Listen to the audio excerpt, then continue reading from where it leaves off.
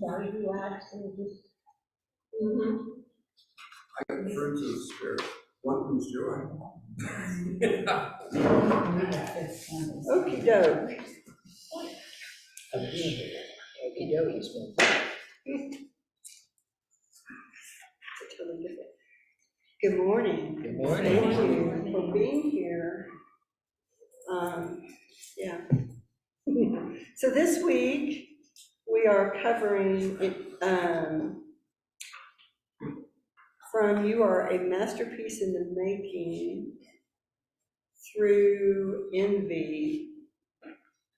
Okay, just to let me know. I'm just centering myself into this room, so I know what we're If we get that far. There's there's a lot here. There's a I was lot reading here. the questions I go. Well, plus, I wanted to real quick just give about 5 minutes or so to, how many of you all were at the movie viewing on Wednesday night? Anything you want to say? Anything you want to say about that? Do you have any lasting joy from that movie? He heard that laughter. At the end of it, I got kind of weepy when they showed all the pictures. I don't know, it was very. Oh, Yeah. And I forgot that the bishop had died. it died. And you gave the date, so I moved it down. Well, and for me, knowing that he had died moved me even more. Yeah. As I watched the movie, so I too got teary through the whole thing. At the end, knowing that he was. Well, note that he knew that he was on his last Right. at that time. That he even a question he could make it. Plus, the movie did a great job of, from their early childhood to where they were, that you didn't get in the book, but I thought that was cool. Yeah.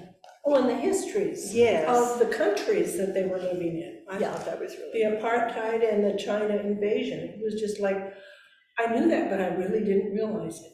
And then to have it juxtaposed Visually, with all yeah. that and be able to say, okay, remember, this is the kind of thing that they dealt with before they got to where they are now. So yes, if you haven't seen the movie, or if you want to see it again and you have Netflix, Mission Joy, it's on Netflix for sure, and I suspect you can stream it on other platforms now. When Mark and I saw the movie, how did we even find out about it? But it was a real limited. It came was through like, the national. okay, so it was like, this movie's gonna be showing for like 5 or 7 days, and I found out about it the second to last day, and then it was unaffordable to Right. try to even get a copy. Hundreds of dollars for showing. If you just Google Mission Joy how to watch or something like Yeah. that, you'll get all of the various ones. Yeah. It might be $1.99 on YouTube, and on Netflix it's free. I think there were some others that were free. Grabbing me. Also, if you're interested in the website, if you do that, if you Google it, you can find the website that has all kinds of other information, like that Big Joy project. Is anybody else doing it? I'm doing that. It's kind of neat. Susan took the paper roll. Did you? but I- Oh, okay. Okay, I'll know more about that then. Oh, hi, Whit. If you have a question or a comment, will you just chime in? You know me, For sure. Okay, thank you. Okay, so, you want to read that passage on mental immunity? Oh, sure. Page 680. So it's 83, page 83.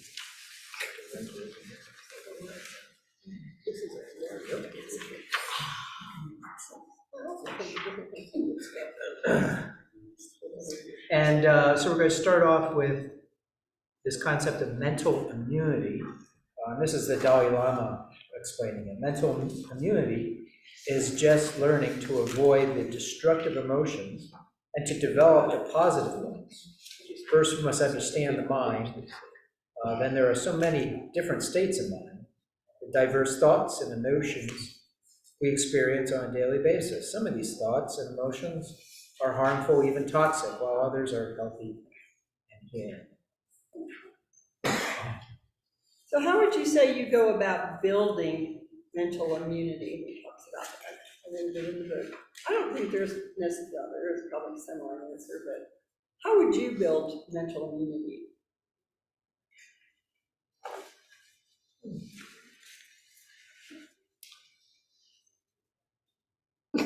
Yes, really? I do a lot of reframing. If I find I'm getting stuck in a blind alley and winding down, I try to figure out how to look at it from a different perspective. And one of the handy perspectives is how does God see this? Ooh, That's a good one. You know, I like that.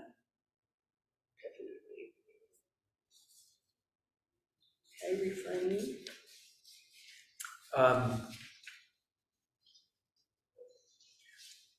I just want to add that there's a quote in here from, I think it's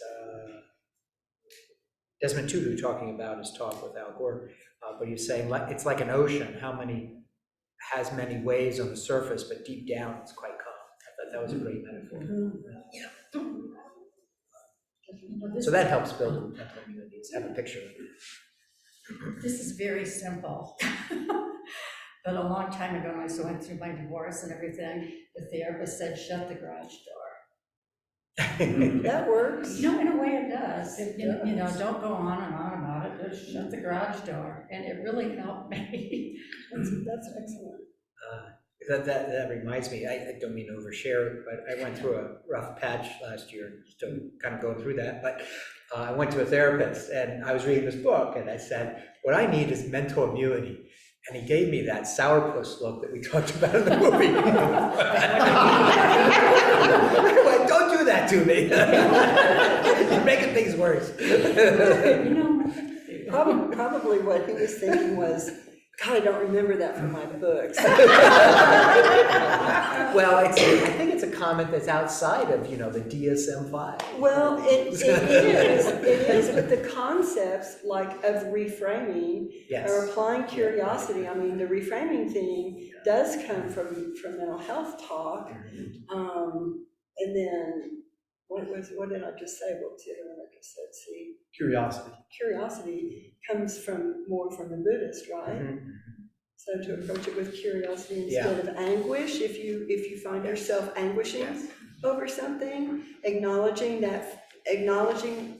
what is that feeling? Excuse me. Don't ask a question. I'll tell you why. I'll tell you there's a reason for that. If you can avoid it, don't ask questions. But there's that feeling.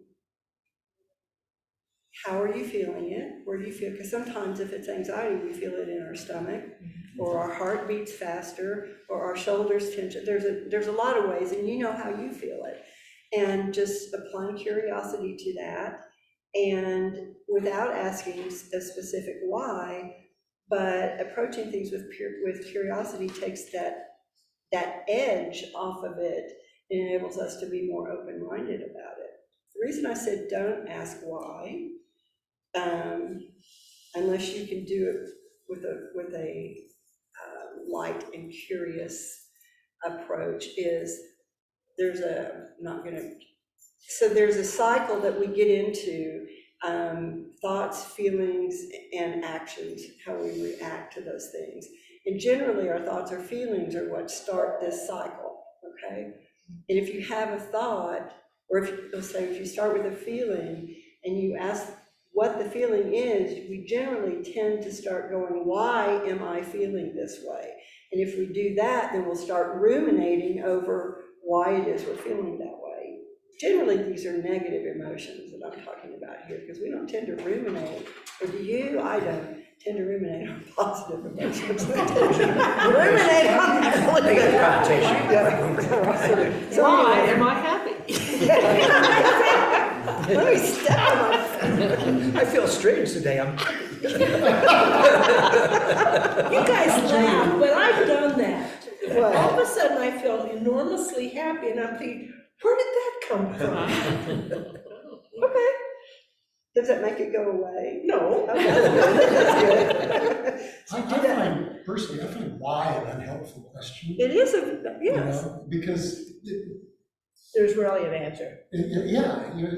You know, and my thinking is why is not helpful, what next is the helpful. Okay, You yeah. know, that's kind of reframing it in Mary's way of looking at it, is that this is the situation, now what? However, why is a scientific point of view? Pardon? Why is a scientific point of view? And to get to the base of what's going on, to change the situation, and taking it that way, the question why, if you can use the question why as a way to look at a solution. What's coming, for example, shootings. Another one yesterday. The whys, I know, but what's going on with the, okay, but what's the solution to this? And look at the good that's come, people who are stepping out, people like Fred Gutenberg, who lost his daughter in Parkland, I think, he was for the Parkland Fathers, the parents group from Sandy Hook, the young people who have been grown up with the active shooter drills, who are now registering to vote in record numbers, becoming activists against gun violence. So if you look at the why as a way of a solution, then it becomes a positive as opposed to a negative. Remembering also that, I totally agree with you, but also remembering that much of our stuff that goes on between our ears, we don't have whys for. Oh, And of we course. get trapped in that, and Oh, that's, yeah. and that's how it Yeah, becomes yeah, there's a negative. difference between a scientific why, which is impartial, and the why that is Emotional more why. the point of view of Job, why me, God? Yeah. Ruminate, Right. how Love that fair the word. And then you just hope God doesn't answer.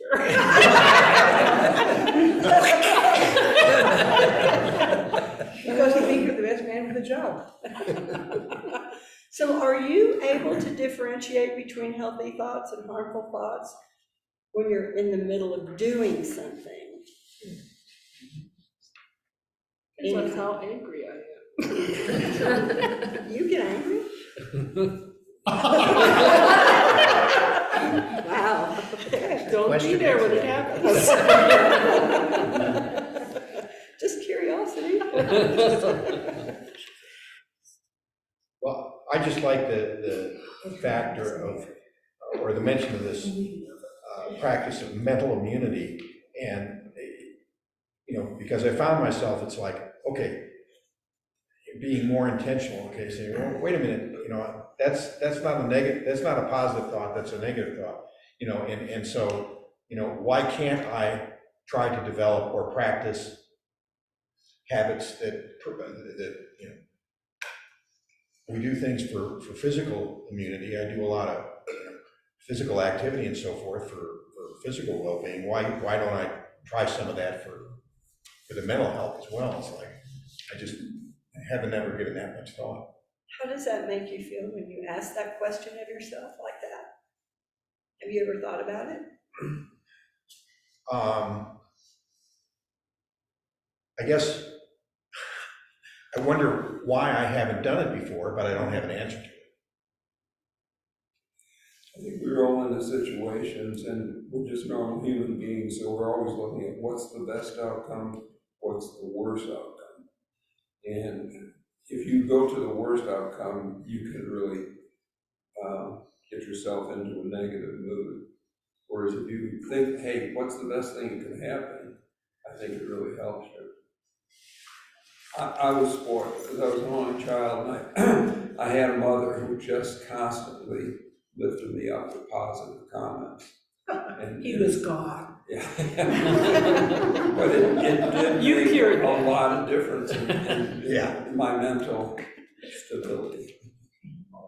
What jumped out at me in the movie, I don't remember who said it, but that, we've learned to brush our teeth, and that's a healthy for our health. And, we do that 2 minutes in the morning and the afternoon, so 4 minutes a day. If we would just meditate for 4 minutes a day, that would change the world. It's like, wow. Yeah. And like brushing the teeth, usually you do it at the same time, right? So it's Yeah. part of that routine. You don't have to decide to do it. Yeah, You just, for me, it's after breakfast, so I do it after Right. breakfast. yeah, So the same thing with meditation, unless you have a time in your good routine, point. otherwise you're going to say, well, when I'm going, how can I fit this in? I'll do it later. Yeah, like the Dalai Lama, 5 hours in the morning. The day will be over. But you know, and the people, the experts who talk about developing habits, just say, pick a little tiny habit, 2 minutes would be fairly easy to do, I think. And attach it to something that you're already doing as a habit. And then just stick with that for a while. Kind of works. That's what I did with morning prayers, but anyway. So meditate while you're brushing your teeth. No. Yeah. No, I enjoy Same meditating time. too much to do that. No, I meant attach it to, like, after I do this, then I do that. It's probably more intentional. Yes. Just to check the box. So can you tell the difference between healthy thoughts and what are the words that you, healthy and harmful thoughts? When you're just in the midst of your day, when you're going through your day, can you tell when you? I think by the way your body reacts, you were just talking before Okay. about, your stomach, your shoulders, your heartbeat. I think for me, that's one way to tell if it's in that harmful place. Yeah. When somebody gets angry at you, or you get angry at somebody else, do you, or a conflict, if that's a conflict is arising and you sense that, do you get kind of a knot, I'm self-telling here, but a knot in your stomach over that sort of feeling, or a churning sort of feeling, or tensing, or whatever? So that would be an opportunity to change, to reframe a thought, noticing it, reframe the thought. It's hard for me. It's hard, I think. I mean, for most of us. It's just the reaction. Sure. What's helped me though to try to break that habit is stop, mnemonic. Oh, yeah. Yeah. You know. Stop, take a breath, observe what's going on in your body or with the person that you're interacting with, and then proceed with a little bit more attention than what the hell are you talking about? So is there a question that goes on? Yes, so 85, it's about a third of the way down. This is the Archbishop speaking. Basically, I think we've got to accept ourselves as we are, and then hope to grow in such a way, the Dalai Lama described, and be getting to know what the things are that trigger us. So how do we train ourselves to accept ourselves as we are, and our negative emotions and thoughts as they come up?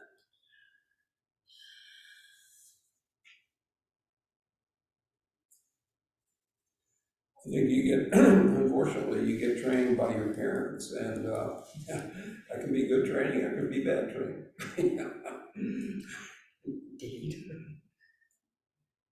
Part of it's being forgiving of ourselves. When you get to something that impacts you negatively, forgive yourself for the negative impact, rather than turn it in on yourself and internalizing it, just saying, okay, I reacted, okay. And then go on from there, rather than continue to hold that grudge or whatever it is. And that's sort of what I was, I'm sorry, Kip. No, I'm just scratching my head. So when you were talking a few minutes ago, and I asked you how you felt about that, when you were asking yourself, why were you trying to build that immunity? That's kind of what I was getting at, is that sometimes when we ask why of ourselves, then depending on a lot on what our personality is like, that can become part of the loop of blaming ourselves for continuously doing things wrong. And I think that was one of the major differences I saw, almost a brushing against each other between the Dalai Lama and the bishop, when they were having their discussions about these things, that the Dalai Lama said, no, it's all in your head, you have control of it. And Bishop Tutu was saying, well, now, wait a minute, we need to have some compassion for ourselves and accept some of those, negative feelings, that we all have negative feelings. And the Dalai Lama pushed back and said, Well, maybe the Dalai Lama doesn't, I know. probably not. Exactly, and he's using that almost left brain sort of thing, where I thought Desmond Tutu was coming out from a more compassionate, and yet I think the Dalai Lama is very compassionate. So I don't mean to talk all the time. Yes. When you first asked that question, what popped in my mind was the faith form that we did on prayer. Help me out, who wrote that book? Martin. How to pray, Yeah, how to pray. And I couldn't think of a prayer on how to accept ourselves until you mentioned forgiveness. So I guess the confessional helps you accept yourself.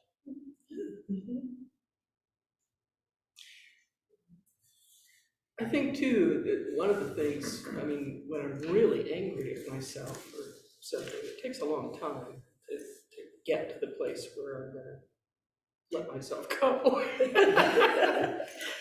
If I really messed up. And part of that, again, is the perspective of God, which is, I forgave you, what are you doing? Yeah. What are you doing to yourself? Really, lady? Yeah. I hadn't thought about it that way, but yeah, that's, we talk about trust and faith in the sense of, in certain contexts, and we talk about, but do we trust that forgiveness piece? And if we don't, then aren't we, again, putting ourselves in that position of being greater than God? Is that also an idolatrous stance? God says. Then you can really beat yourself up. God says you're running. Who made you me?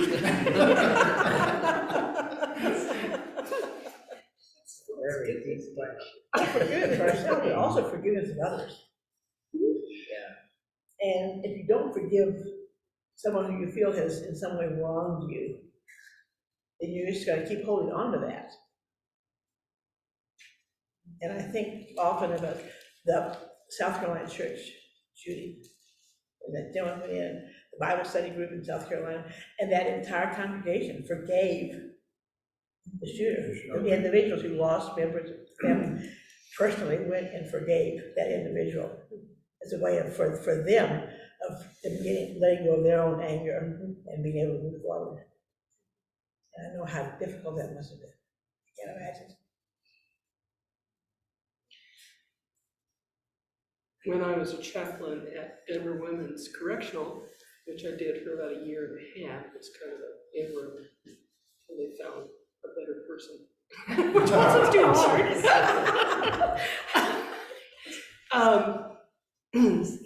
There was a book called Houses of Healing. It was created strictly for people in jail, and how to go about learning to forgive step by step. And the first step was to, it was called, chapter was titled Forgive Across the Yard.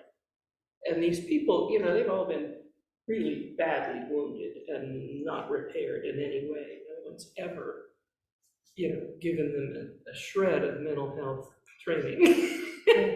And so, they'd be standing in, you stand in lines to get to lunch and come back, and there's a lot of standing in lines. And you could see other people's pods with their lines across the yard. And so the deal was to find somebody standing in line across the yard that just irritated you completely. Their behavior was driving you nuts. And so you would look at that person and try to reframe by saying, well, what is causing this person to do this? And that was the very first step in learning to sort of begin to forgive yourself, which is where this book ended up. But, and that was just such, the discussions were just wonderful when they would come back from having tried this chapter out in real life. You know, they would begin to see in that person something that they didn't like in themselves, and they could say that. And then by thinking a little more about themselves, they could sort of figure out why the person is doing this, and then have pity, basically, on that person, which I saw in here, Archbishop Tutu recommends. Yeah. And so, if you haven't learned how to forgive yourself, forgive across the yard and start there. I think that's, yeah. It's like a practice. You know, the commandments, thou shalt not. Yeah, well, That's not one way of helpful, approaching is it, but the other one is, well, I'll try not. You know, it's a Let's see if I practice. can get less irritated. Right. Anybody else? So, Oh, yeah, so for the next question, we're going to drop down to 7, and the context for this is on page 92, where they were discussing Psalm 84:6, talking about who's passing through the vale of tears, and the Archbishop Desmond Tutu summarizes that it's similar to how we learn to be a parent. I chuckled at this. You learn how How to many of us react. have learned how to be a parent? That's kind of his point here. You learn how to react to a child who is really frustrating you. You are better with your third child than you were with your first child. It's funny that my first child is a lot stronger than my third child.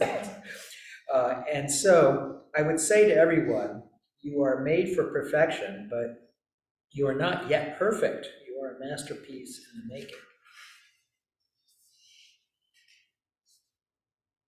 So not as a general question but for each of us to look at ourselves, what strategies could we each use to get closer to perfection?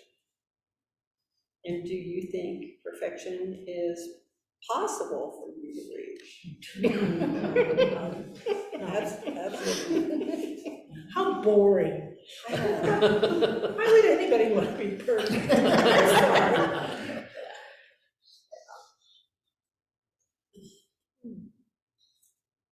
For those of you who heard my sermon this morning already, and those of you who will hear it sometime soon, another bumper sticker was, or slogan I remember from a long time ago was, "Please be patient, God is not finished with me yet." And, I think that question of, or that idea of being a masterpiece in the making is a similar idea. I don't know what was behind that slogan, how that was supposed to lead into anything else, but it was that sense that we are not complete at this point. I don't even know if I put on a t-shirt that said, "I'm a masterpiece in the making." How well that would go over.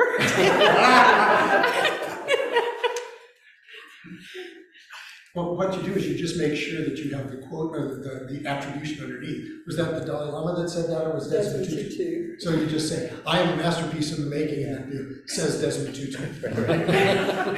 Gives it some authority. That's right. Yesterday, I was watching the Berkshire Hathaway annual report meeting that they have, just a little. So exciting. I know, why was I doing that? Because I was working at Kentucky Derby. Yeah, I was waiting for the Kentucky Derby, and I was exhausted from working outside. Anyway, so, if you haven't met them or heard of them, and you got this Warren Buffett and Charlie Munger, and they are so funny together. They're chairmen of the company. But Warren Buffett was talking about perfection in investing and perfection what the Fed is trying to do and so forth. And he says that would be boring. You know, he says it's like golf. If you knew exactly what you were going to play, why bother? You know, if you got a hole in one each one, then it wouldn't be fun anymore. Right. Yeah, so I would say you never reach perfection by design. Same thing about diversity. If we were all the same, what a boring world this would be.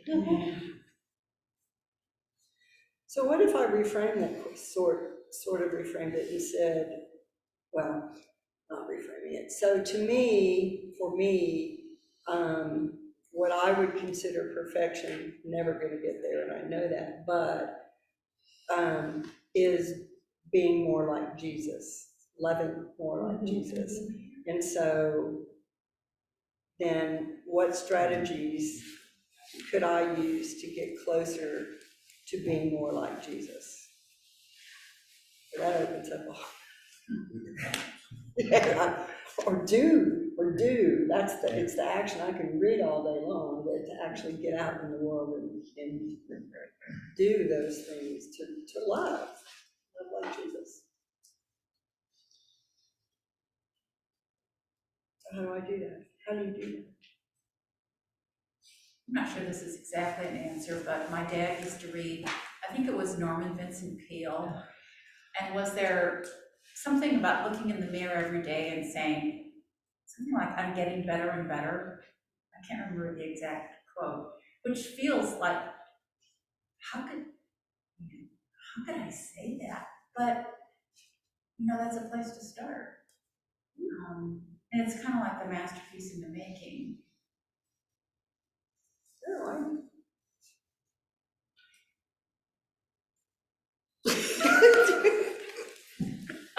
What?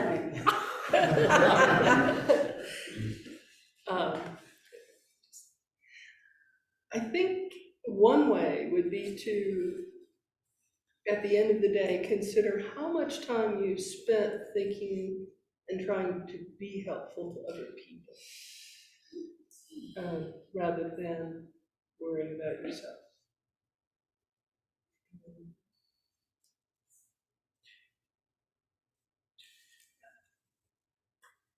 So Nadine, you kind of said, how do I try to be more like Jesus? And over the last couple of years, I've tried to develop this habit or practice when I'm at the stoplight. It's like, you know, to me, you know, the young man asked Jesus, you know, what should I, you know, how should I be? And it's like, you know, the first two commandments, you know, love the Lord your God with all your heart, with all your mind, with all your soul, and then love your neighbor as yourself. And so I find that does help me somewhat with that black pickup truck that runs the red light so consistently. So anyhow, that's It's always. You gotta take another route, Jim. yeah. Or it's No, I identify with that. You know, when I see somebody doing something, I really project almost like the most negative on them, you know, running a traffic light, rather than, as Desmond Tutu said, you know, maybe that guy is got an emergency, somebody's in the hospital, and so you're putting more of a positive on that of why people are doing, rather than me taking it personally that he cut me off in my lane. That's really hard for me to do. Takes practice.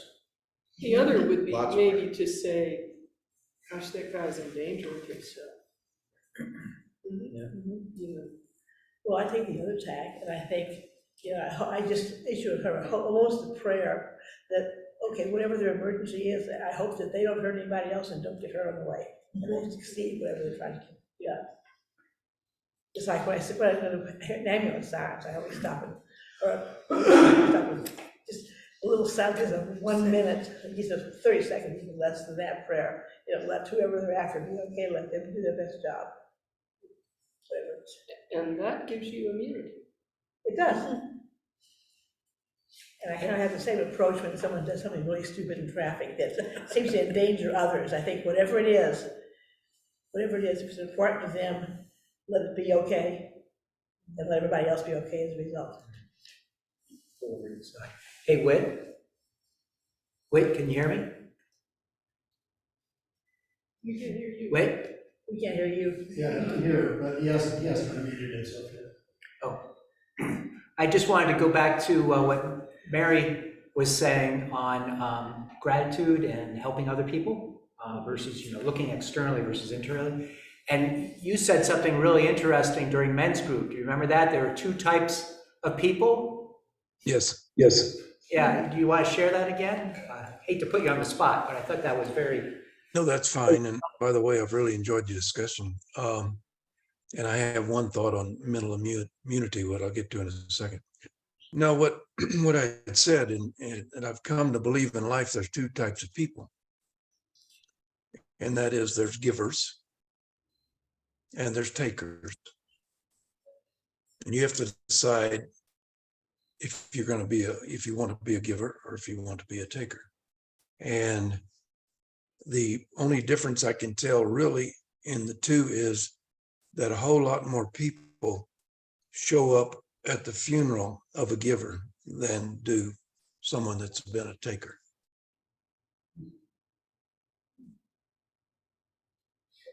I think is that what you were referring to, Mark? Yes, exactly. Now, that's not a high bar, I realize, but still,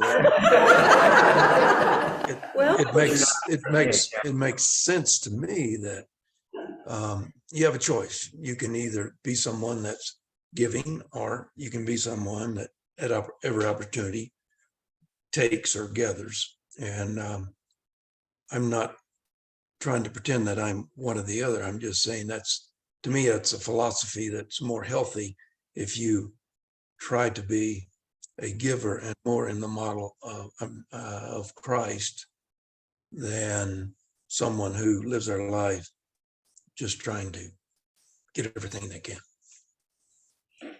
Thank you. And you said that you wanted to mention something about mental immunity? Yes, the family members I'm most familiar with, which some of you know, I won't mention names, but tend to dwell on the fact of what do people think of me?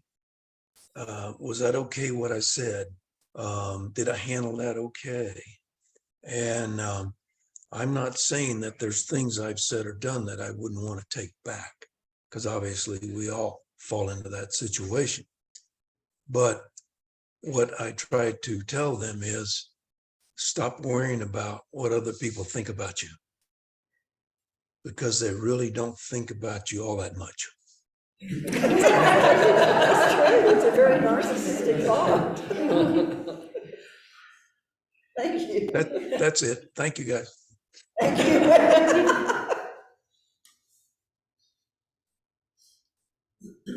So moving on down a little bit now, if you're looking, I'm skipping, but we're having great conversations in between the questions, and that's why I'm skipping. So skipping down to about number 3, under fear, stress, and anxiety.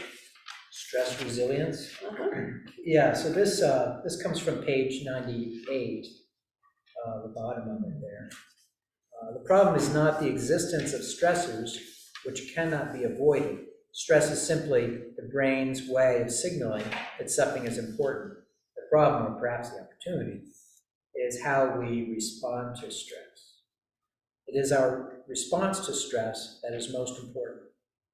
They encourage us to develop stress resilience. This involves turning what is called threat stress, or perception of stressful event, to what we can call challenge stress. So what does that mean to you? Yeah, what do you hear there? What does that mean to you? Do you have examples?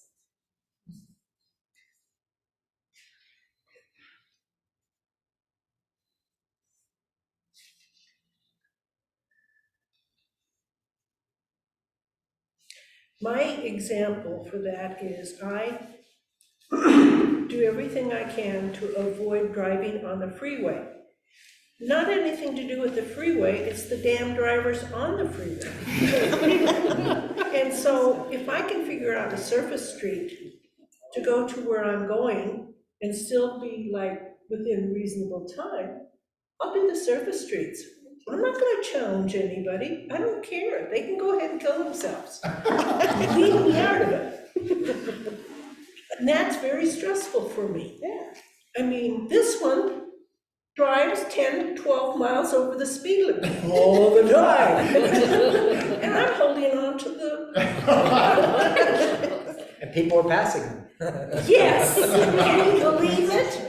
I mean, the speed limit to Cheyenne is 75, people are going 90. It's such a boring drive. No, it isn't. Okay. No, there's antelope, there's buffalo, Oh. there's cell towers that look like trees. Hey, let's look at the Budweiser Center with the gorgeous horses. I mean, Oh, if yes, you look the Budweiser around, Center. you can see a lot of really neat stuff. Except when you're driving, because you can't look at all that neat stuff. Right, You so have you to just look wanna at the road and go. the other idiots that I are get it. Here's the thing, you think, he looks all around. Of this? Yeah, I think, well, I like to think that I have some agency in the world, that I'm just not a puppet on strings, that I do have some free will, and when I decide to do something, then there's consequences, and I have to live with those consequences. So this threat stress kind of bothers me, because that's external, that's something that's coming at me, versus this challenge stress, which is turning it around, saying, well, how can I learn from this situation? What can I do as an agent in my own life to change things? Not the victim, but somebody who can take action. Internal locus of control. Yeah. Very good. You should be a therapist. Sometimes I wonder.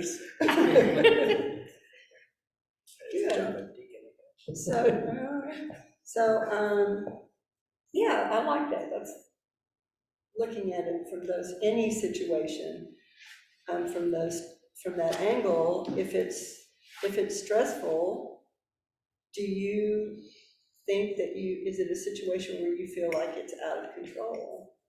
And what can you do, if anything, what can you do to turn that around? Even just in your mind, you perceive it as a challenge or making something good out of it. I use the image sometimes, somewhat in this regard, is, you're walking down the sidewalk, and let's say God's at your side, like you're just walking down and you're engaged in conversation, and you walk into a signpost. And so often our immediate response is, why did you let me walk into the signpost? And whereas the other possible response is, what can you learn about paying attention? That there's that, it's how do we envision that response? Is it something that it's some external, or is there this sort of opportunity to learn and engage from whatever it is that we encounter, whether it's positive or negative? I'm not necessarily asking why, but again, going back to what I said earlier, how do we move forward? How do we take that to our advantage to help create the masterpiece? Well, there's two lines from Daughters of the King prayer that always seem to stick with me. I cannot do everything, but I can do something. I am only one, but I am one. And that just brings it back to take your little piece and do it. It doesn't have to be everything. You don't have to fix the world. Make one person's life a little bit better. Fix one little thing. If everyone did that, how much better off we'd be.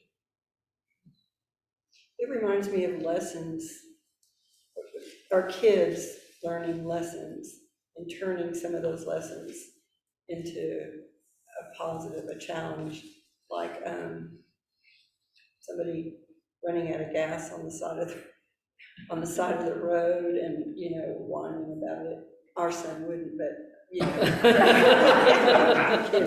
I'm kidding, and turning that around and saying, okay, and so did you learn anything? Have you ever heard the woman and the starfish on the beach story? Oh, yeah. Yeah, that's familiar with everybody. It's a woman's walking along the beach after a storm, and there's starfish all over the place, and she's tossing them back in the ocean one at a time. And a guy comes up to her and goes, "What are you doing that? This is a waste of time. You got all these starfish." And she just picks one up and throws it in the ocean. What mattered to that one? You gotta start something. Yeah, absolutely.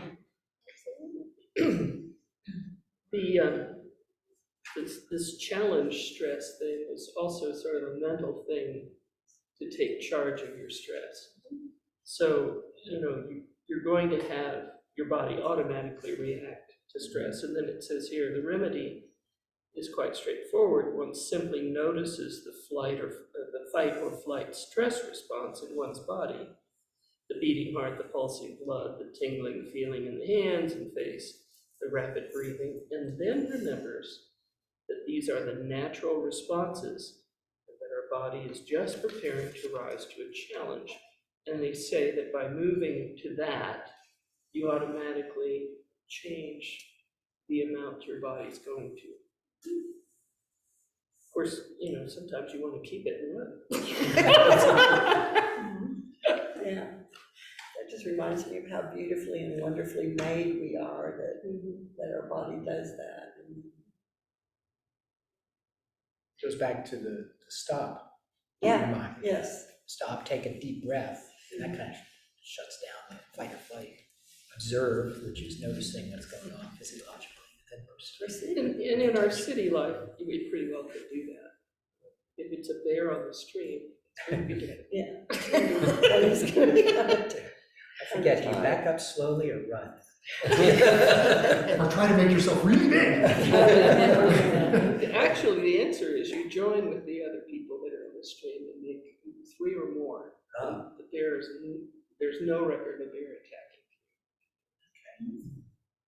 Did not. And you stand behind them. You try to get in the middle and have the ball.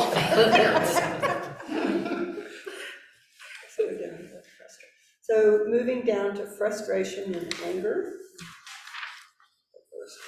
Oh, which one? So yeah, we're gonna go to page 104 now. And this is at the very tippy top. So this is Dalai Lama speaking about frustration and anger. And typically frustration and anger come from being hurt. The driver hitting his head was an obvious example. That's something he gave before. But in addition to physical pain, we can also experience emotional pain, which may be even more common. We want something that we did not get. Well, that's the envy we're talking about. Like respect or kindness, or we get something that we did not want, like disrespect or criticism. So do you think that anger and frustration are separate emotions? Or are they somehow related? Does one beget the other? Is one secondary, one primary? What's the relationship between anger and frustration? I could see frustration leading to anger. I would say that they're related. You know, that why doesn't this happen? I really want this to happen. And it's not happening because of, and now I'm really angry because it's not happening. You know, getting that, I mean, that it might be on a continuum. Yeah. Yeah, it's hard to imagine that. First you're frustrated, then you get angry with it. First you're frustrated and get angry, but then you get angry and you get frustrated. I guess frustrated with yourself. But I like your model better, which is it's frustration, it's a seed. One of the things that you read about when you're kind of professional, Nadine can probably relate to this. Anybody who's done any kind of work on helping professions is that you read about couples who one person could be, has this habit, not closing the door or fiddling with the thermostat or all, and there's this level of frustration that, I wish they'd change.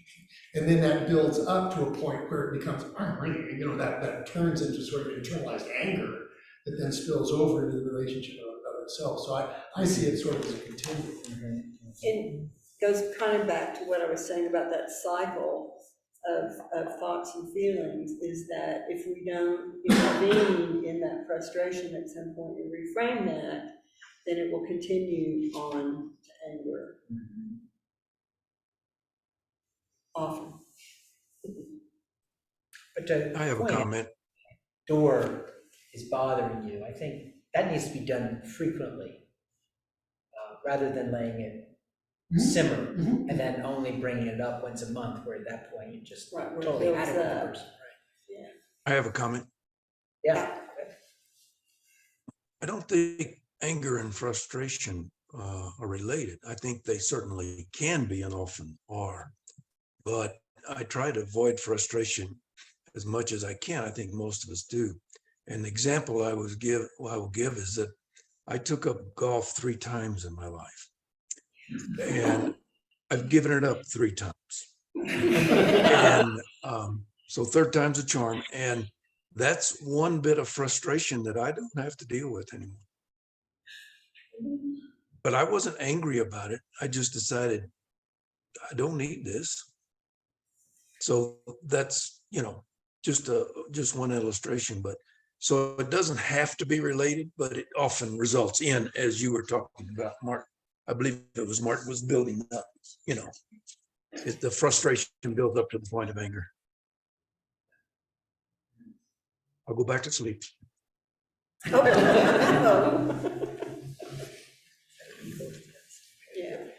Send something downstairs. Excuse Excuse me, I've got to set up something downstairs. Okay. Go to sadness and grief.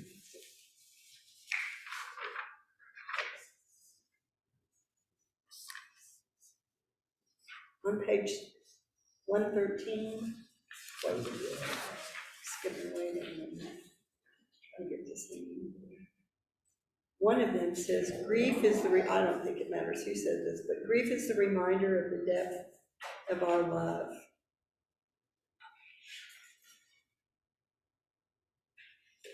What's your experience of that? Or what do you think of that? That was an awakening for me. Like, I love that person so much, and I really miss her.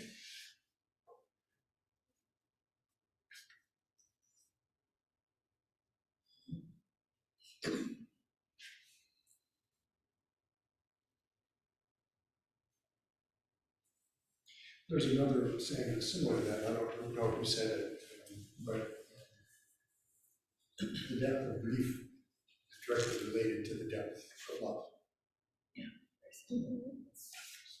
Deep grief.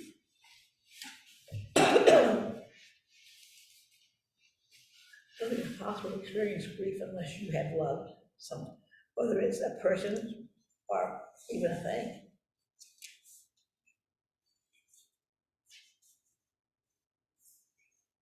Because it's a sense of loss.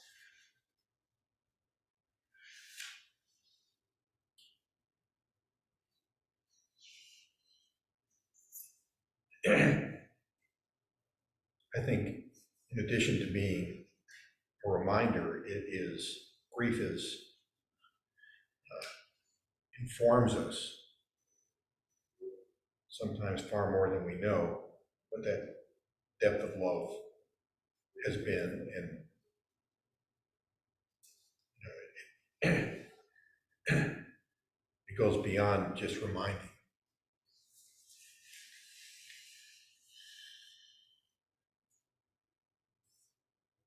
makes me think back to, Jim, your eulogy, Thomas, that there's obviously a deep level of that. If you've lost a child, and I have, I still think of Morgan every day. She just comes up in my mind every day. Well, I think, the last 6 months, probably 8 months now, we've lost 4 men out of the men's group, and they were all younger than me. And I think that leads to grief.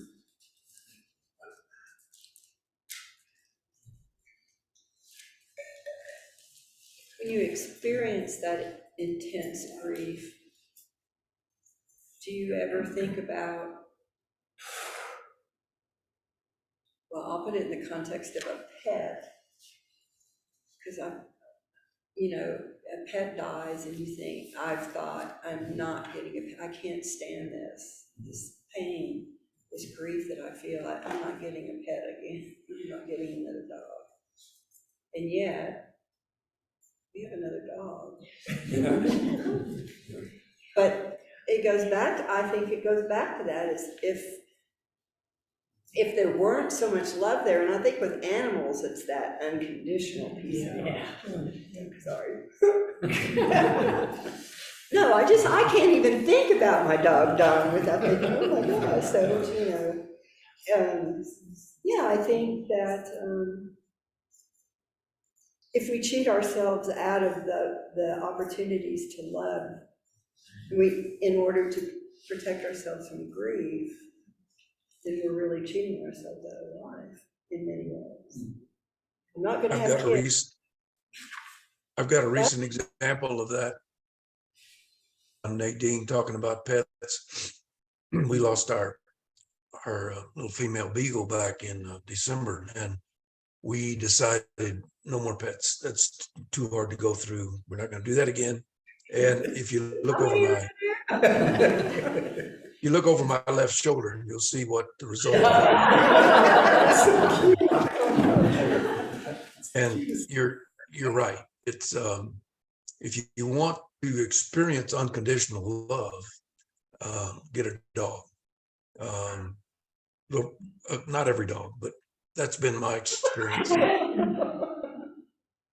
They say cats want servants, dogs want to please. So. True.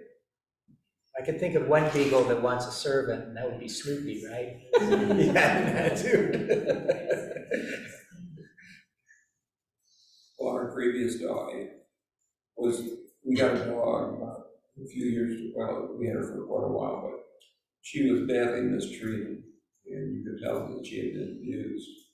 And She was 11 when we got her. she was 11 when we got her, and we put her down when she was about 15. Yeah, well, 16. Yeah. And what got me, and it just tore me up, is at the very end, I was holding her when they put her to sleep. And it was unconditional love to me. It was like, I forgot about all the abuse I ever had. I trust you. I know you'll do what's best for me.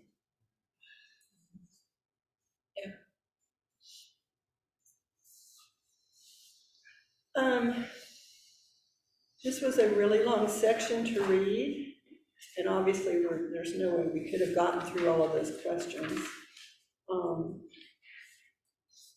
I guess in closing, I would like to invite anybody to ask a question, not of me, that's hard, but what's something really profound, maybe, that stuck out of all of this, the learning that you got out of the readings that we did for this week? Any final thoughts or comments that anybody would like to make, and everybody can make if you want to.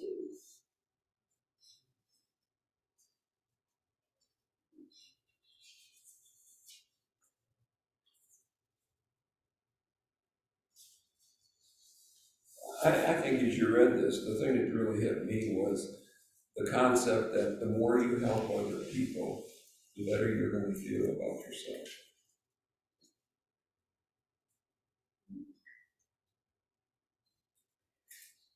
And you realize you're not so bad off after all.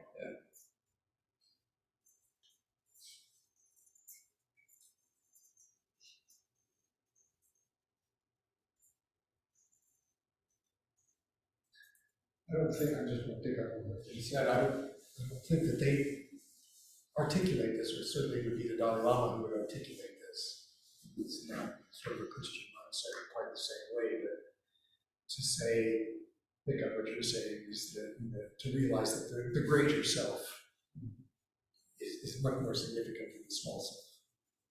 And the more we align ourselves with the greater self, less so with the small self, the more satisfied and happy and joyful.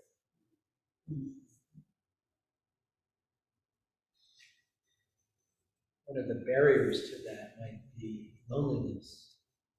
Why are people lonely? Seems to be a pandemic these days.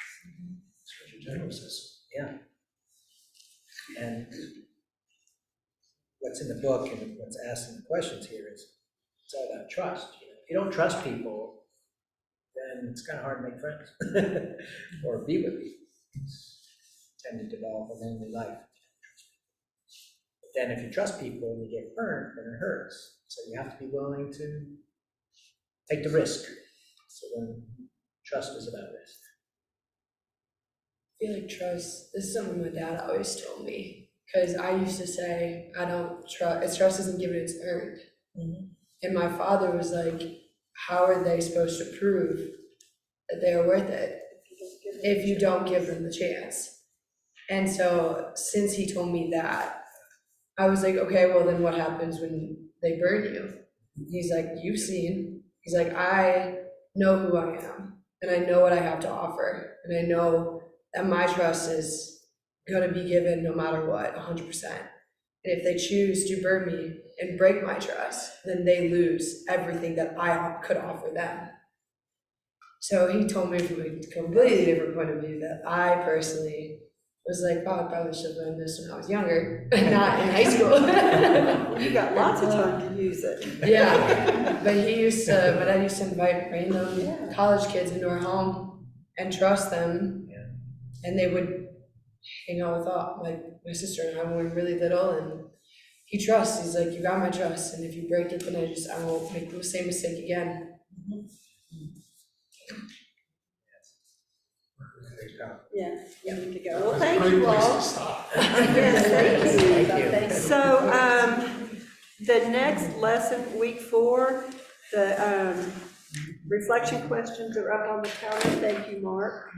Also, they will be linked in the e-news.